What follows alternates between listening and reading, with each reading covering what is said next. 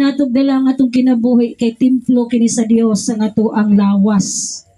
No, dili nato usik-usikan mientras naapatay kinabuhi nga gihatag sa Ginoo. Maningkamot jud tagpaduol sa Ginoo, bahala og makasasata kay normal ra na sa tao kay walay perfect nga tao. Ginoo lang ang perpekto. Diba? Nasabtan jud na nato no sa matag usa.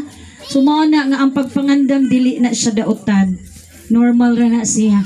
Mo bitaw sa mga Katoliko, moingon sila nga dili daw maayo no nga kana bitong maglubong tapos magdag mga pagkaon dito sa sementeryo no nya ang pagkaon daghay mahibilin dili na dadon sa balay kay kuno maot kuno unsa pay mahitabo dili na siya maot uy ang tanan grasya na sa Dios ayaw ninyo usik-usiki no kay kung atong una-hunaon kita kung maglubong tagtao naaman ta sa sementeryo nganong kinahanglan pa man ta muuli sa tong balay so dili na sad pwede no kay naaman ta sa sementeryo mo na practical gyud ang atong hunahuna no dili ta pwede nga mo-adapt ta ang mga ingon anak kay sa panahon panas kaniadto okay so kinahanglan masabtan nato ang dagan sa kinabuhi sa kalibutan kay ang tanan lumalabay ra no tanan lumalabay ra mo nagiingon nga life is too short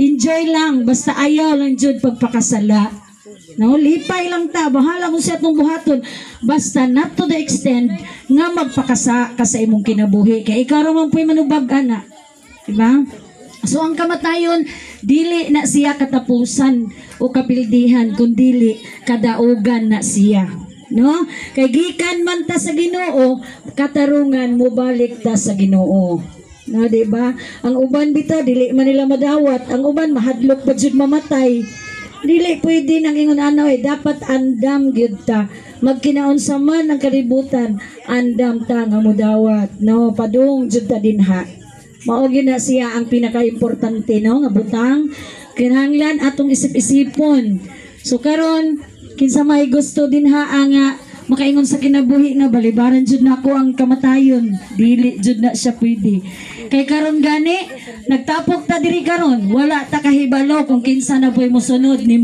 Nanay Leonela di ba oh dili no pero mao na siya maningkamot ta sa atong kaugalingon moingon ta ngadto sa Ginoo Lord ayaw sa Lord kay dili paron ang panahon no di ba kay nigkatuog na to inig kagabi wala ta kabalo wala rin na ta kamata no realidad man jud na siya isang pagpila pa ka loud pito ka loud pila ka loud no kung pagbuot na gid sa Ginoo ang tanan wala na gid tay kagawasan so mo na giingon nga ang bayad sa sala kamatayon no the wages of sin is death.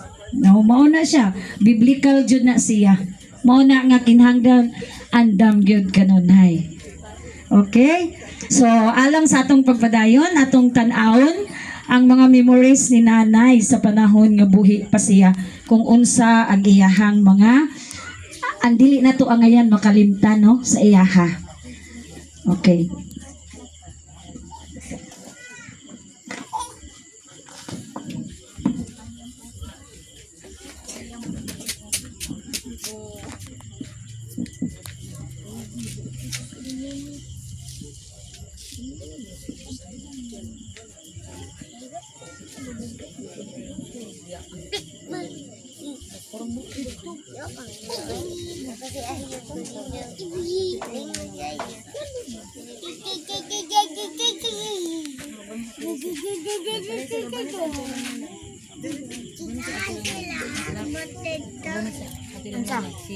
Noon teman, atau saya kayak kapitan dong.